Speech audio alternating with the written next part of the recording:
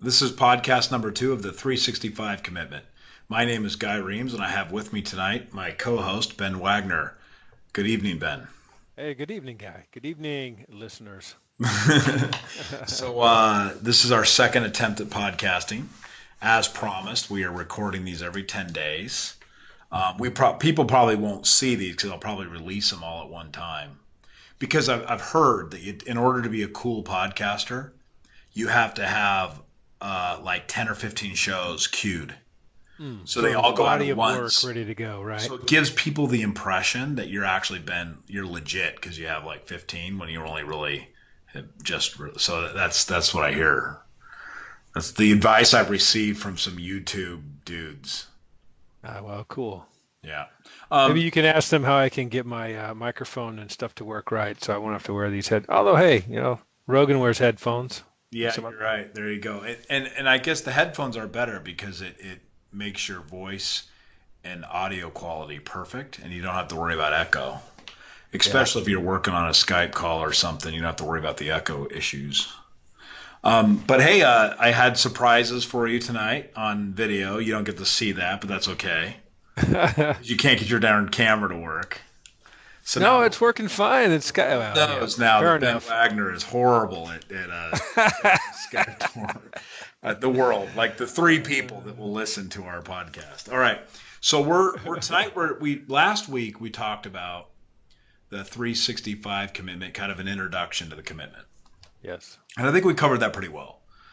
Tonight, I want to talk about, uh, well, there's two topic areas I want to cover, and you can maybe help me figure out what sequence. But my Okay. plan was to talk about either the embrace the suck concept Mm-hmm. or to talk about, and maybe and or to talk about self visioning, because I think both are important.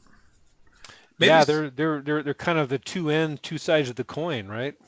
I think self visioning is probably the most important. I think when you start the commitment out, you have to go through the exercise of self visioning.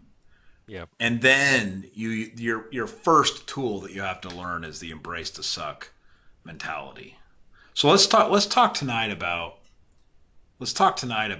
the self visioning concept because I think that's Sure. really Yeah, interesting. and I kind of misspoke when I was thinking two sides of the coin.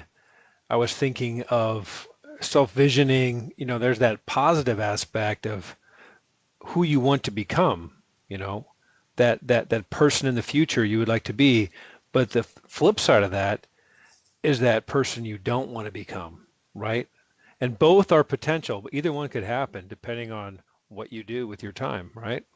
Yeah, you're right. Exactly. In fact, that was what I was talking about this morning on my blog was humans have the ability to conceive of what is not there.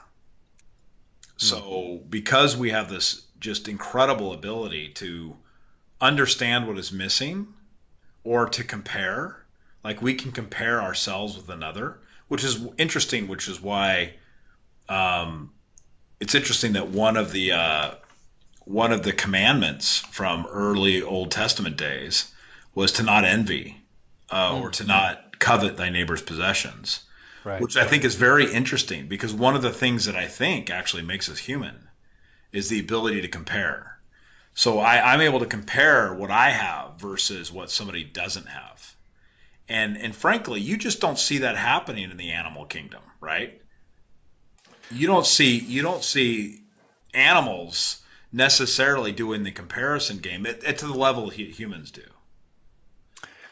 When you brought up that word compare, it made me think of the Teddy Roosevelt quote, "Comparison is the thief of joy." So, I like that idea of comparing yourself to who you were yesterday, not to who someone else is today. And that's, of course, I'm stealing that from Jordan Peterson. But certainly envy and resentment can really be fostered when we're comparing ourselves to other people. But I think it's a safe bet to compare yourself to who you were yesterday, which I think is in alignment with the let's say healthy 365 tactics. Yeah. I think though that we got to think about it though because in the process of self-visioning, you have to conceive of what you don't want to be. You have to consider what you don't have, or what is the not, what you're missing. Mm, You have to envision that. You have to envision not only what you want to become, but you have to envision what you're doing now, the things that you're doing now that you don't want to be doing, or the things hmm you're not doing that you need to add that you don't have right now. And that requires a tremendous amount of thought. And what makes it interesting is I think only humans are capable of this. I don't think there's another animal on the planet that has the capability of conceiving of their future self. No, just the awareness of the future, right? Yes, And just the fact that there is a tomorrow, that's an interesting concept in and of itself, right? right, right. It was kind of like the biting the apple from the tree of knowledge. Well, what was that knowledge? Well, that was a knowledge of the future. Oh shit! Now we got to work, Well, that's interesting. right? And that was one of the curses of God. But there is an instinct, and I think it ties into that thing you don't want to become. That can sort of chase you and drive you on. And from a motivational standpoint, going after something you want, like you can take a rat and you can get it to go through mazes and climb ladders and all kinds of stuff for some cheese. But if you put a little scent of cat in there, it'll run faster, right? And it's just instinctual, it's built in. That's funny. So I think that's a big value in recognizing, okay, if I continue with these bad habits, what's my life going to be like? And the fear of that is also an important driver, I think. So I think that it ties into what you're saying. So after I had started so when I started the 365 commitment, I had in my mind that if I were to keep up a habit, Hmm. and I was to keep up a good habit, Right. because I'd resigned myself that it was impossible for Guy Reams to ever keep a habit. Like Well, empirically, that was proven true. empirically, it was true because I'm Yeah. over 40 years old, knocking on 50, and I'm sitting there thinking it's been 50 years, and I still have not been able to successfully maintain a good habit. I mean, I've got little habits like brush your teeth, like we talked about last time, but I don't have a good habit. And I was thinking, Ugh, if I could come up with one habit, what habit would that be that I could radically change my life? And in the back of my mind, something that was plaguing me was I would really like to have a better vision of what I want to do, what I want to accomplish, what I really want to contribute to society so that I can have a positive, meaningful impact on my family, around those around me, the people I love, the people I care about. I wanted to be a positive force for good.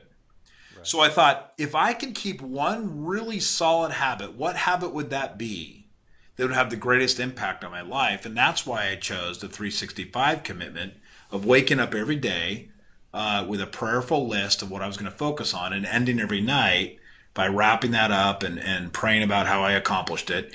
And that became, I thought in my mind, if I kept that, just that, for 365 days in a row, that would have the impact and the end result. It was kind of almost a bargain I made with God in my mind. Mm-hmm. It's almost like a bargain, even though I figured God could probably care less. It's probably like, dude, you've already got, I've already given you more than you could possibly imagine. I don't need to give you any more. So, but whatever. I thought that, well, if I did this, my outcome would be, I'd have a good outcome. So that's what started it, the habit, and that was good. But it wasn't until day 50 Hmm. that I encountered this concept of self-visioning, and I literally stood in front of the mirror and I looked in the mirror and I asked myself, and it was at a hotel room, by the way. Yeah. I was at a hotel room in Arizona, Mm-hmm. and I'm sitting there looking in the mirror, and it was at 4:30 in the morning, and I thought, in 1 year from now, in 365 days from this moment, I'm going to look in that mirror, and who am I going to be? Who's going to be looking back at that mirror? Is it going to be this lazy, fat, you know, person that I am now, and with mental issues and challenges and struggles and all this stuff I'm going through, or is it going to be somebody different? And who's that going to be? And I started to try to visualize in 365 days from now I even wrote down the hotel room because I have this thought that I'll actually rent that room again, and I'll go back to that exact same mirror in 365 days, and I'll say this is what I became 365 days from now. And I started thinking, what am I going to be wearing? What am I going to look like? What am I going to be doing that day? What do I have accomplished the day before? I started visualizing all those things. What am I actually going to be like? What is it going? And then I asked the really harder question. Mm. Now that I've got a vision of what I'm going to be, what is it going to take to get there? Well, one thing I do is in the corporate world is work with teams to help their performance. And if there's one thing that I've come to believe is true is the importance of a vision for a team. And we've heard that concept of well, here's our corporate vision and here's our mission statement, and it almost has become cliche and cheesy, but it's really not, because a vision defines your reality. It's if you know what you want to become, then it starts explaining everything. It gives you context to life.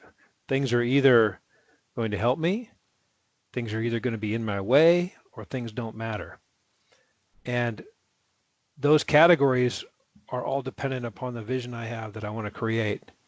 And so it's very important. And then also, from a psychological point of view, the necessity of a vision for is important because we experience positive emotion not so much when we achieve something, but as we get closer to a goal. And I'll tell Yeah. people this in my class. I'll say, all right, just imagine you're heading for it's lunchtime and you're super hungry and you're headed for an In-N-Out burger, and there it is on the horizon. And how do you feel as you're getting closer to it, right? You feel good, like you're getting closer to that In-N-Out burger, but then you take the wrong turn, and now you're headed off the off ramp, and you're going the wrong way. And how do you feel? Well, you're pissed, right? You're like, crap. So it's a goofy illustration of how positive emotion is generated when I'm getting closer to my goal. Well, so I can consciously have more positive emotion, from a real practical standpoint, when I have a clear goal in mind that I'm moving towards. Yeah, one of my children once told me, Dad, I don't like it when you surprise me. I'm like, what do you mean? Well, when you take me somewhere and it's a surprise, I like that it's a surprise, but I like waiting for it. And I thought Oh, that he was, knowing about it, knowing it's getting yeah, and I closer. thought that was Yeah, interesting, right? The yeah, anticipation of going yeah. makes the event more attractive to the child. And I had Yeah, never considered that until the child told me, right? Just yeah. actually told me, Dad, the surprise was fun, but I really like to wait for it. And I thought, God, that's really interesting, So right? so I think that principle ties into the 365 commitment. As Yes. as each day builds, it's like, well, hey, I'm getting closer. There's that anticipation of reaching the goal, right? And assuming you're staying on track, you have that positive emotion, like, hey, I did it one more day. I'm closer. And I think there's something to do with making the unobtainable obtainable. Hmm. So if you can create this vision in your mind of the unobtainable, Hmm. something that's just unreachable, right? I'm going to become this whatever. I'm going to have this vision of this person I'm going to be, and it's probably out of your reach. And that's okay. It should be out of your reach. You should Mm-hmm. be stretching, right? It's kind Mm-hmm. of like shoot for, you know, well, I mean, this is a very Christian and a very Judeo-Christian belief, but I think it's also tied in with some other religions I've read about. The concept of reaching for nirvana or reaching for the impossible causes the Mm-hmm. human to try to ascend, which is something that humans love to do. But the thing Mm-hmm. about the 365 commitment is you decide, I'm going to do these things today, things that are in my control, in my power today, now. And by Hmm. accomplishing that and doing that every day, I am creating a path to achieve the impossible. Well, here's a key component of what you're talking about, I think, and that is the reality that we're trapped in a time continuum, right? And when you say you get a big goal, it's impossible. Yeah, it's impossible right now in this moment. It's not impossible with incremental improvement over a long period of time. Just like you mentioned in your blog post recently about, hey, a mountain looks a lot less smaller 5 days into the hike or a few days into the Yeah, hike, totally. right?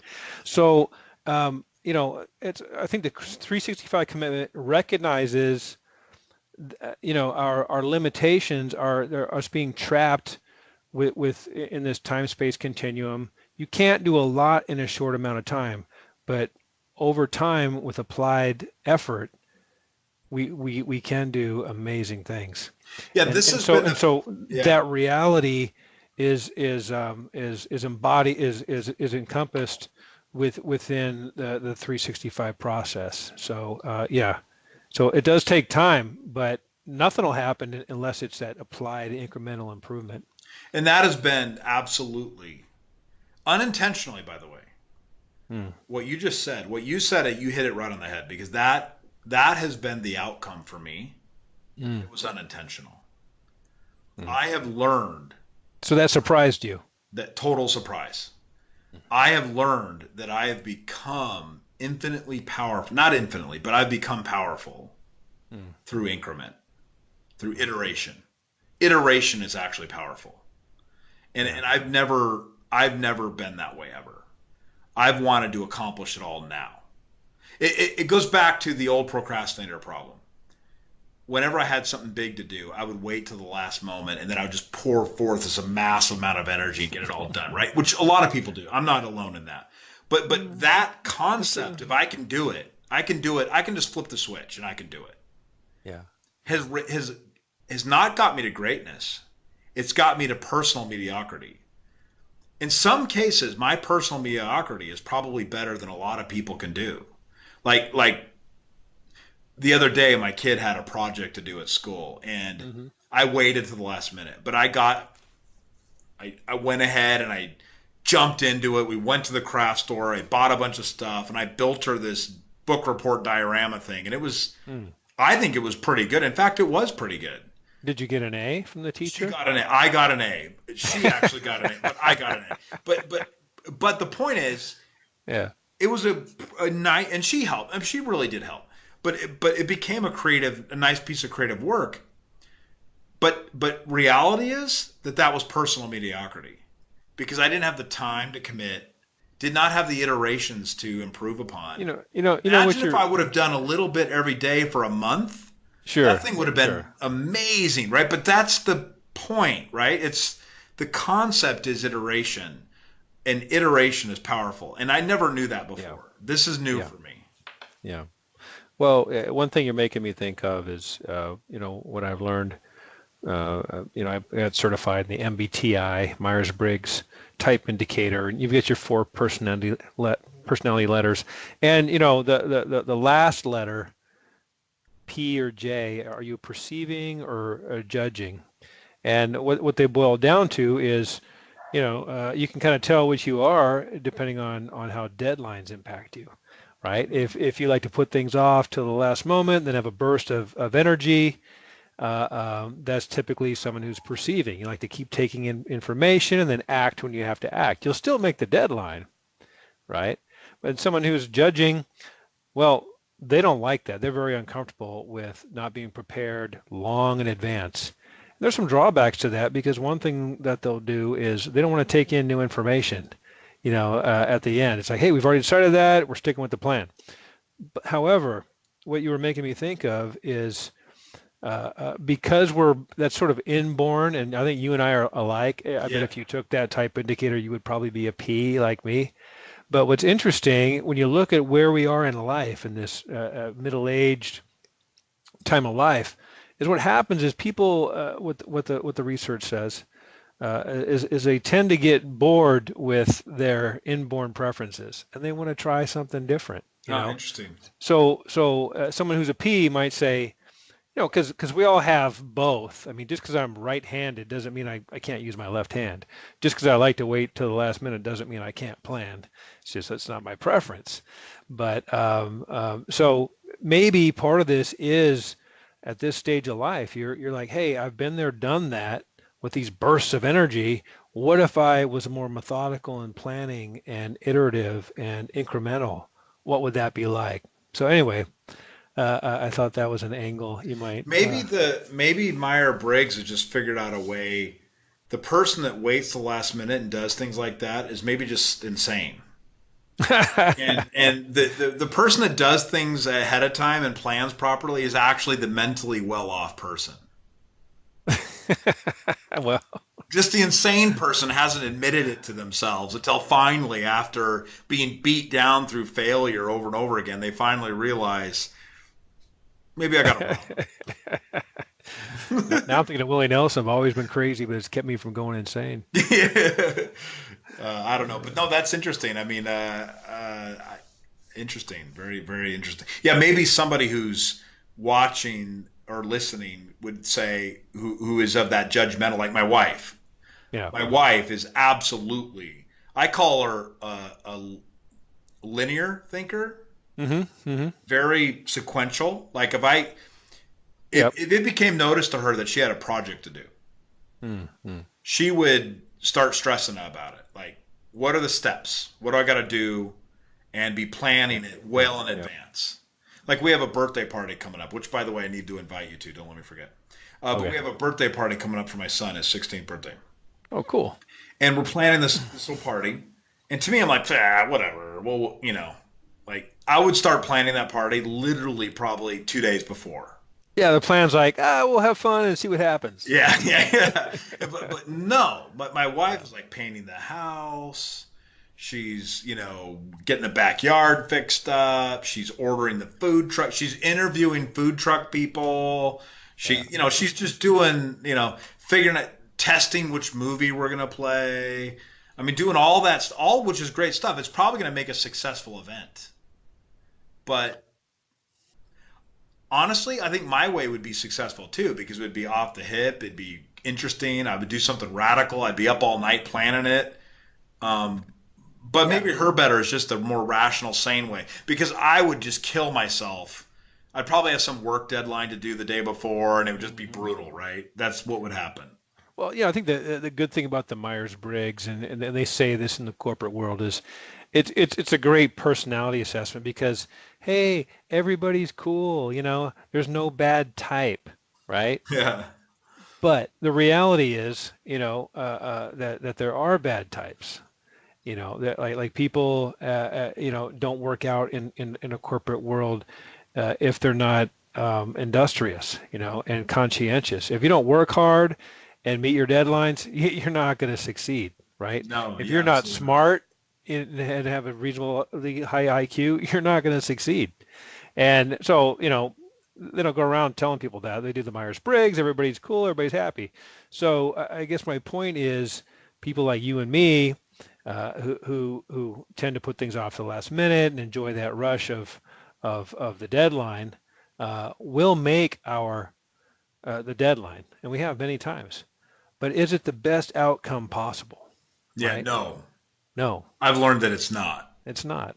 And doing things incrementally is powerful.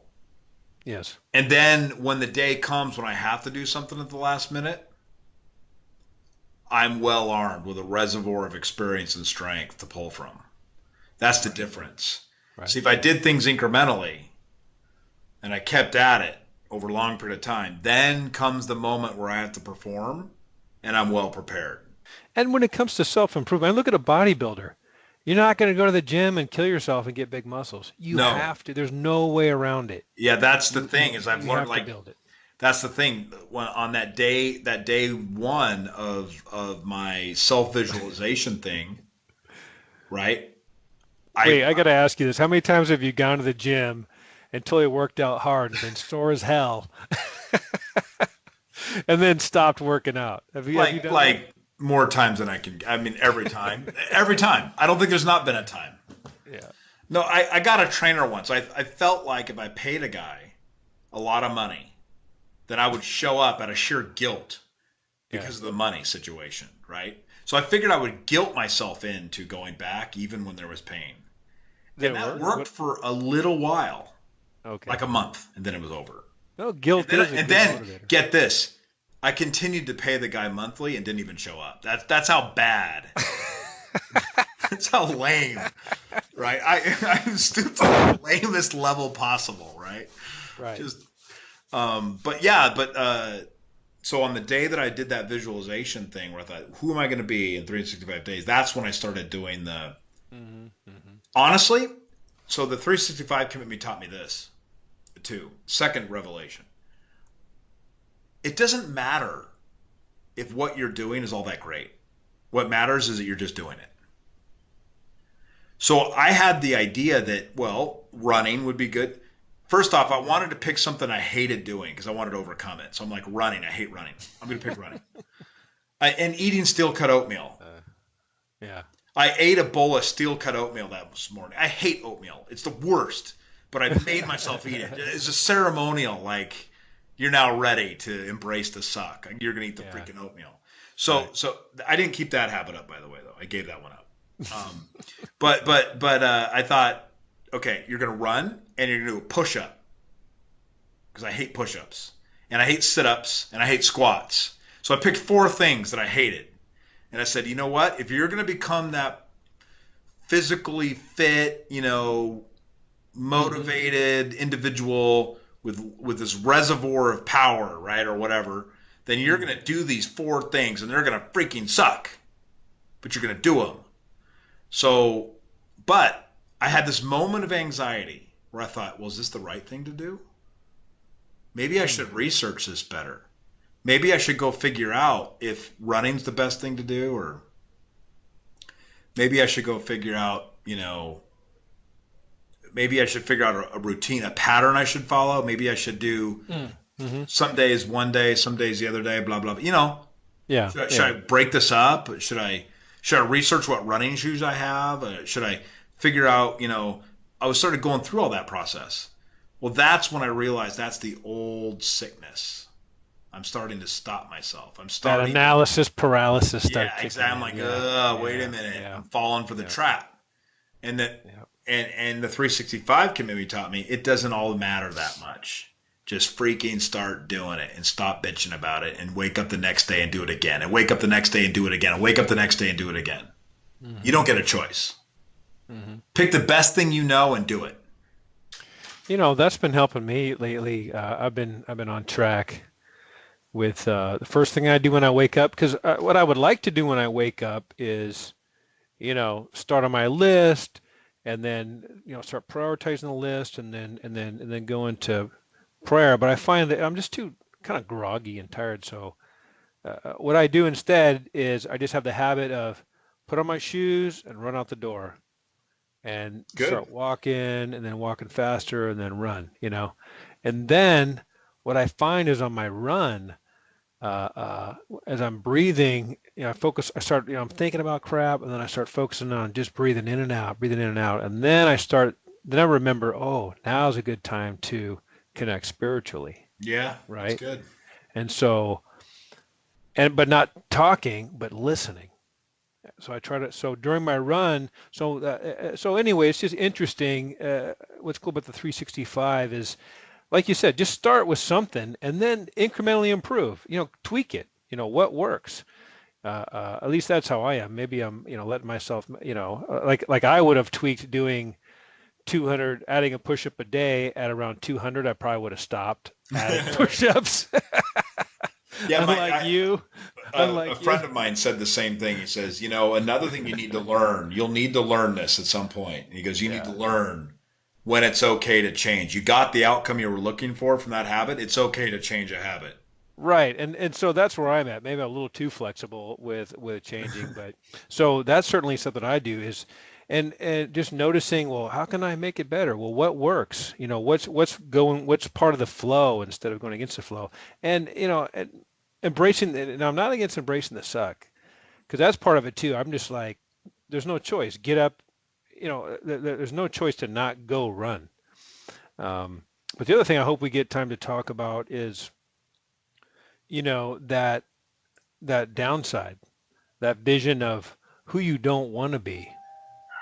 And I've got, I think of my father and Larry, and even though he was brilliant and he was funny and he was a great teacher and a really great guy, he also had a real demon with his alcoholism and his selfishness, and that really detracted from his life. You know, Not to put the guy down, but the his potential was unrealized. And so for me, part of this 365 is there's a potential out there that I am able to achieve, to reach, to to manifest out of reality. And it's my choice to do that or not. And I know that that potential can't be done in a burst, that it has, just like we were talking about earlier, it has to be done incrementally. It has to be done, well, I can't be very disciplined, so the alternative is a habit. Maybe I can build good habits that will help me manifest that potential. Yeah, actually, I think it's the only way.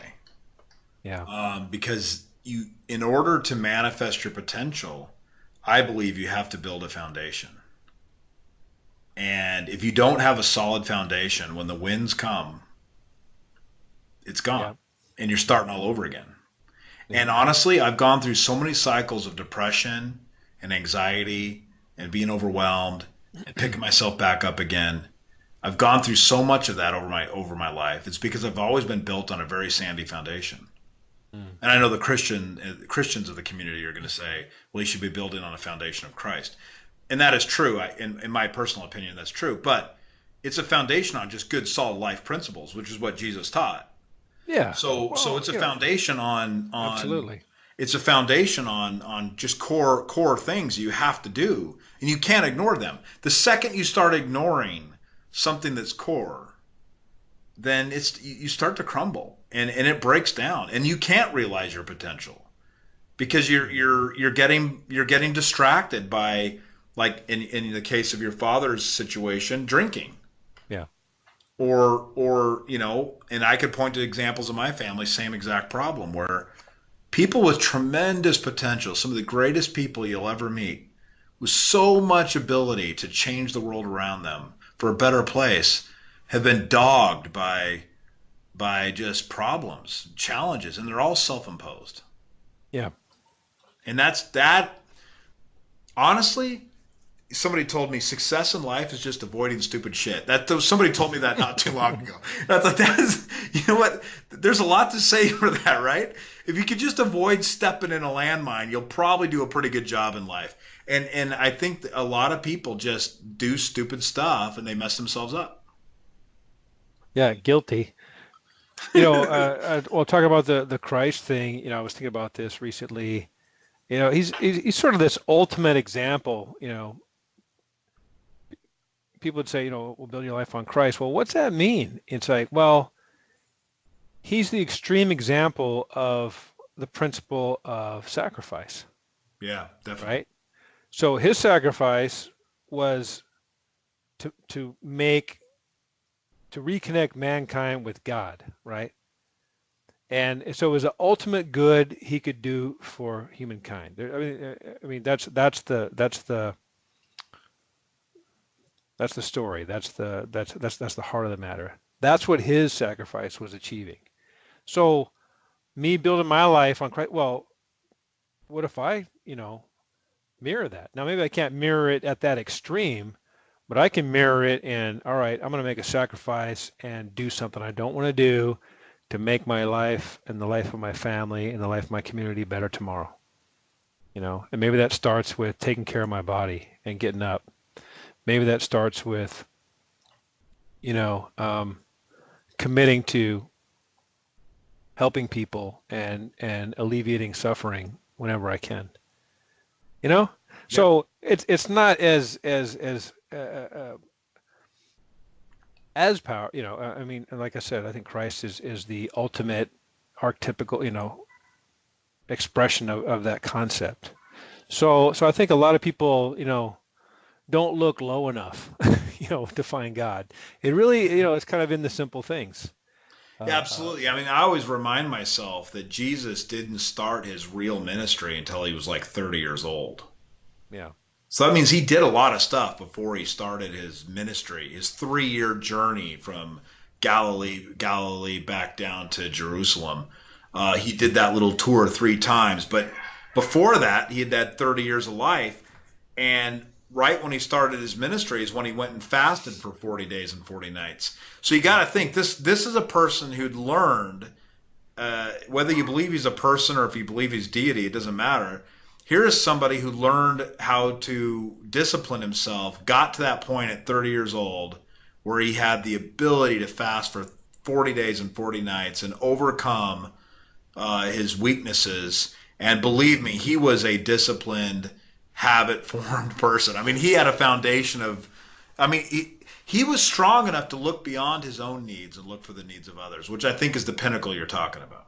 Absolutely. When you're able Yeah. to walk into a crowd of people, this is the point. When you're able to walk into a crowd of people and somebody in that crowd brushes up against the hem of your robe Mm. and you notice that that person needed something from you, that one person in a crowd of 1,000 people, and you noticed that person, that's when you've reached a whole new level. That's when you're no longer thinking of self. When he Right. was able to detect that a woman needed him so badly, she just reached out and touched the hem of his garment, and he knew that there was somebody in the audience that needed him. Hmm. That is the and you don't have to be Christian to accept that. And I've heard other people from religion talk about the same thing. When you're able Sure. to exist in your Gandhi taught this all the time. If you're able to exist in your community and you can see you know people that need and you can no longer ignore it. You can no Yeah. longer ignore somebody in need. Right. That's when you've overcome the self. And I think that's what it's about, right? Is whether it doesn't matter what religion you are, it's overcoming self. And the more of us that could learn to actualize and overcome self, the better planet we'll live on, in my opinion. Yeah. Yeah. Yeah. And I think that's ultimately what this 365 commitment is about, self visualizing. Now, by the way, it wasn't until, about 100 days ago that my wife had been after. So I've always done the prayer thing with the 365 commitment. But my wife Right. has always been after me to learn how to meditate. Hmm. She sees me stressing out all the time. I'm always full of anxiety. So she's always telling me, you need to learn how to meditate. So in the back of my mind, I've had this, maybe I should meditate. But I've always thought it was hocus pocus, right? I didn't want to be some like new age hippie guy, right? Yeah. Right. Just reject that, right? Um, but so I started. I bought this Audible tape, like Beginner's Guide to Meditation. It's really silly. I feel stupid even saying it. But I every night I tried to do this meditation thing. And by the way, sitting cross-legged for me was almost impossible, and it is impossible. But I was trying to do this meditation thing, and it took about 20 to 30 days, and I started to get where I had to admit that there was benefit to clearing the mind completely. Sure. Then I started listening to some more advanced meditation from some spiritual healer type people because Mm. now I'm realizing that there's some actual truth here. I cannot deny that there's advantages to this. So my new Right. routine is every morning and every night I meditate now. And when I wake up in the morning about 4:30, I immediately roll out of bed and I have this eye mask I wear now, and I go into a room where I have a comfortable chair, and I sit there and I play this meditation routine. Mm. And the meditation routine is all about visualizing the future and How making long? your How long does it take? about 30 minutes, Okay. So 30 to visualizing 40 the minutes. future. What else? It visualizes the future and it helps you visualize what you're not going to be today. What have you been in the past? What behaviors have you had? what normal reactions you've had, what normally gets you mad, what are you not going to act like? How are you going to Mm. make the future self become the now self? And you're no longer going to do the things that drag you down. And you go through that. And then at the end of the day, it's like releasing the day and letting it all go and realizing you did the best you could, blah, blah, blah, blah, blah. Mm. But I tell you what, I actually look forward now. I actually look forward to ending the day because I get to do this meditation routine, and I look forward to waking up in the morning. So the tape there's it talks you through it, or there's a guide that talks you through what you're thinking Yeah, yeah, about. yes, Okay, yes. I'll have to get that. I'll have to try that I'll send you a because couple. I've you tried know a whole 'cause- bunch, but I'll send you a couple of them, and the one that I've settled on recently. But I have to yeah. warn you, there's some really cheesy stuff in there. I'm telling you, it's like the first couple times I'm like, what the hell am I doing? This is so freaking stupid. But I have to admit that it's got some power to it. It really does, and it makes me feel I'm actually. I'm good enough. I'm smart enough. It's not like And that. doggone it, people like me. Oh man, it's kind of like that actually. Today's affirmations. Yeah, it's kind of No, like no, that. it is kind of cheesy, but no, we talked about this. I got into the Zen meditation in college and agreed. The thing that was the hardest thing to do is that stupid sitting position, and my legs killing me, my knees killing me, and, then trying to focus the mind. The one I did was focused on just breath. So the idea is, Yeah. not controlling thoughts, but just letting them go away and just returning to the focus on the breath. But So, I'm telling you, it has a powerful change. One of the changes I did not expect. hmm, Some people wake up in the morning looking forward to that first shot of caffeine, yeah, that cup of coffee. yeah, Some people look forward to that first can of Monster. Some people look forward to that first shot of Jack Daniels or the first cigarette. I yeah. mean, The literally, first Marlboro Red. I think people, you know, when they go to sleep, they actually are looking forward to waking up the next day Hmm. and doing whatever vice or whatever thing that gets them through the day first. And I think they do this. Correct me if I'm wrong, but I think everybody does this. I've done it. I know what it feels like. But now I'm going to bed looking forward to the next day when I get to wake up and have this 30 to 40 minutes of complete quiet and stillness as I clear my mind and focus on my future self. Hmm. Something else that's been motivating me, let me ask if this has been motivating you a little bit. And again, it's part of that, this time in life we're in, that middle-aged dude. Uh, uh, one thing I'm cognizant of is the speeding up of time. And there's some theories about, one theory I like is you've well, I won't go into it because it's a bunny trail, but the point I'm trying to make is there's a recognition of there's only a finite number of days left. And they are days. Like it's a cycle of day, night, morning, wake up, and I'm in this Yep. body that's rhythmic. And it's like, okay, how am I going to spend those days? And there's no guarantee how many are left, of course, but it's kind of a recognition of, okay, this is a sort of a finite, precious resource, my time, these number of days. True. So that's a little bit of a motivation for me as well to decide, okay, what sort of good habits can I institute that are going to help me make the well, again, back to the potential concept. Here's this potential in the world. What's going to help me make the most of it, or realize that vision of the future, not just future self for me. I got kids too. What's their future going to be like? If I fail, what's life my grandkids going to be like? Yeah, you're right. Let's say I succeed at this 365. That's going to impact generations down the line for you and I. We both have families, and Absolutely. it's like a ripple effect. So it's sort of a recognition of, okay, am I just throwing boulders in the lake, or am I skipping stones and getting better? You know. No, that's great, great, great thought. I'm sitting as you're talking. I'm thinking of my great grandfather, who pulled himself up out of nothing and created something. Yeah. And I'm here, and what I have is pretty much because of what he created. Hey, I would not even we're have the ability to do what I'm doing today had it right. not been for his just sheer willpower to do something that nobody had done in his family. Yeah. You're right. As I'm thinking about what you're saying, I'm thinking you're exactly right. I mean, as I put forward the best effort I can each day at accomplishing something great, or getting this or my family set up right, that is going to have a ripple current for generations of time. Yep. And for your community too, at work and at your church, everything. And same with the bad, where I'm failing. So I maybe I don't want to say maturity because I doubt it's that, but it's maybe it is. It's just that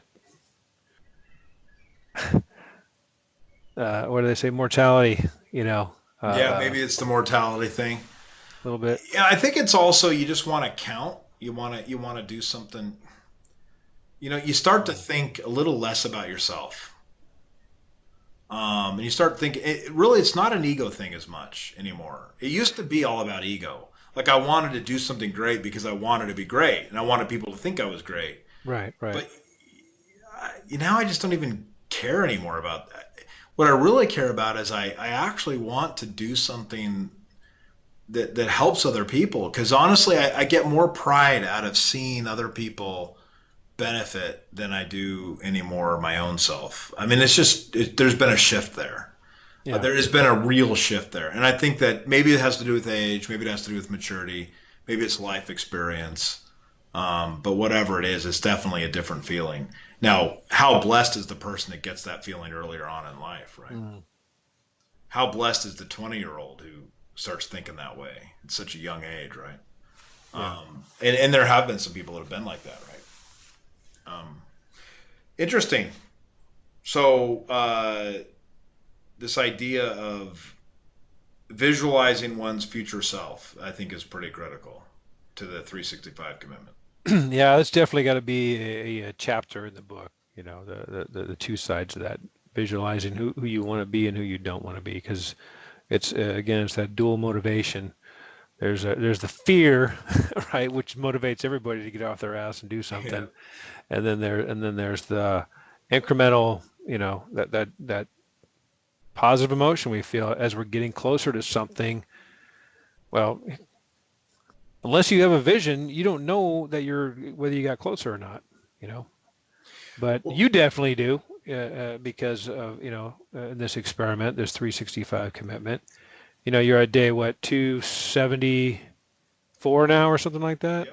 276. Yep. 276. So Um, um, it's like that mountain analogy, and I guess we can conclude on this. But the mountain analogy you talked about earlier, the mountain looks a lot easier after several days of hiking. When mhm. you first start out, you have a vision for yourself, but it may be kind of murky. It may be kind of a distant vision. The misty mountains up in the top, right? You can't see them very well, but you know they're there. So you may not be able to visualize yourself perfectly or what you're going to be, but you know it's there. But the more progress you make on keeping your commitments every day, the more clear that vision of yourself starts to become. It's Hmm. like Michelangelo's sculptures, where he would start with a block of stone and he would visualize what that stone was to become, and he would slowly chip away until Hmm. it became the work of art. Same thing. You have this distant visualization of what you're going to become, and you've got a vague idea. But as Yeah, you progress each day, and as you keep your commitments, and as you follow through every day, yeah. then that stonework starts to become more real. And Well, it begins to emerge out of the yes, out of reality, just like I don't know if Michelangelo said this, but you hear a lot of sculptors say this. It's like, no, the art piece was in the stone. I just released it. yes, They yeah, weren't trying to carve. They just started doing, and the thing came out. And I've certainly felt that in our artwork I've created. It's the materials start telling me what they want to become, And I think that's in line with what you're saying, with what we want, our personal project, what we are trying to become. As you move towards it, it begins to emerge and present itself. Yeah, and don't worry so much that you don't have it well defined. Don't worry so much that you don't have the full end in mind, what the outcome is actually going to be. You don't Or need to worry as you about that. flex, as you learn along the way, and we alluded to this earlier with, you can adjust as you move forward. That It may be doesn't have to be. the fatal. You talked about earlier the Briggs personality test. The Yeah. failure of the procrastinator, the, and then Hmm. the lateral thinker has that problem. But Mm. maybe the person that does things in an orderly fashion, well prepared in advance, has the other problem, which is they'll get paralyzed to make progress because they can't see the end. They don't know the path, right? Whereas the Yeah. Yeah. lateral thinker is more willing to take leaps and jumps to just figure it out. Like you and I would just figure it out. We would just dive in and Yep. whatever came would come, right? Yep. And it's yeah, Um, and there's creative solutions would emerge, and that is a strength, but it's just part of the equation. You've recognized that, wow, I'm really missing out on this other, the yin and yang, yes. on this methodical, uh, um, incremental approach and more careful plan.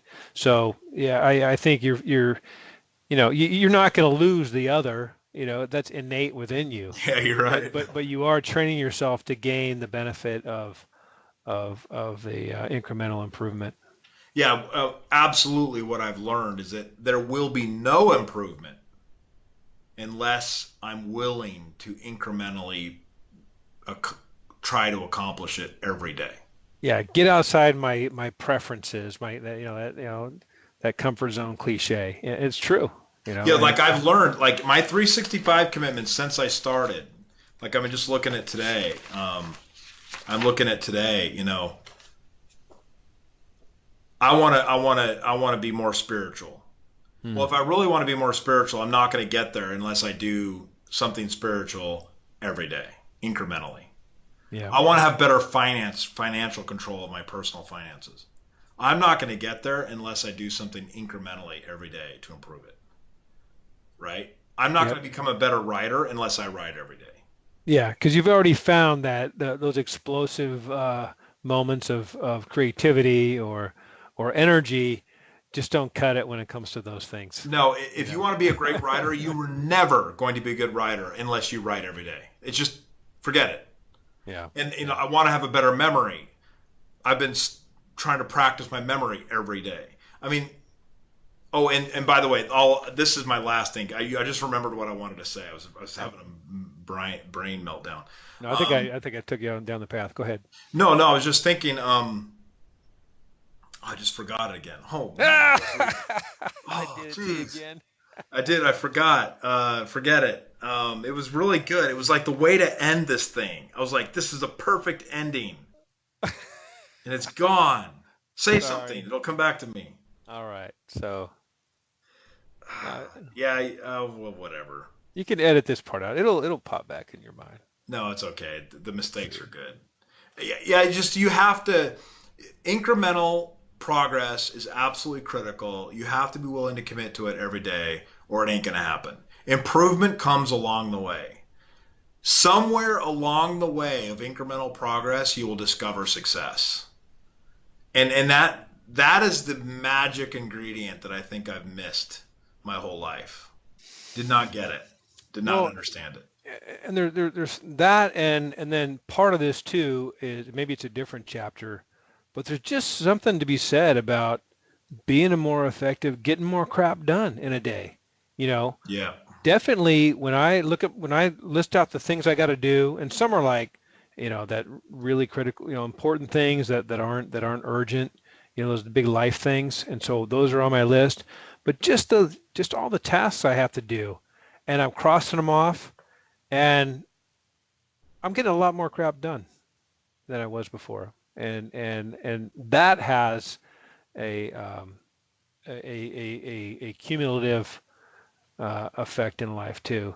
Because you know it's the 80/20 rule. There are those people that you meet in life, and I think both of us want to be more like those people that are just so effective. You know, like at my company now, I've got this a job with this really great company, and there are some really talented people that I run across, and I'm like, wow, you know, I feel, I realize that I've got a ways to go, and maybe I Yeah. can't make it that far, but I want to be more effective, you know. But that's the whole point, right? It's learning to, if you want to be good at something, you got to commit the time, Yeah, and you got to 10,000 commit to it hours, every day. right? Yeah, I mean the yeah, that whole concept. You got to commit the time, Yeah, and you got to do it every day, and you got to be focused on it every day. You're not going to make any progress unless you're committed to it every day. yeah, And you just got to keep doing it, and you got to repeat, and that's the way humans work. We're designed to be repetitive creatures. That's what we do.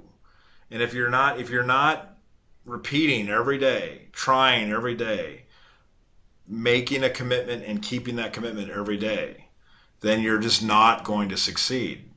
You're never going to be able to do overnight. You can never. It's the tortoise and the hare thing. yeah, yeah, The tortoise slowly plugs away and finishes the race while the rabbit's yeah. jumping all over the place. Well, that's why that story's still with us, right? After Well, it's from thousands of Aesop's years. fables, and that's why they stick around so long, is because it was all this knowledge of previous generations all packaged into a little story, right? Yeah, yeah, exactly. Amazing. All right, well, I think we got the point across. I think we Yep. can conclude our podcast for the evening. I'm bugged that I can't remember this really profound, awesome thought. It was like freaking cool thought, and I'm just like bugging me right now. But Uh, oh, so and I'm uh, sitting here bragging about my great memory too. Right as I was bragging. See that's the thing about bragging about great memory, is you forget instantly what you know.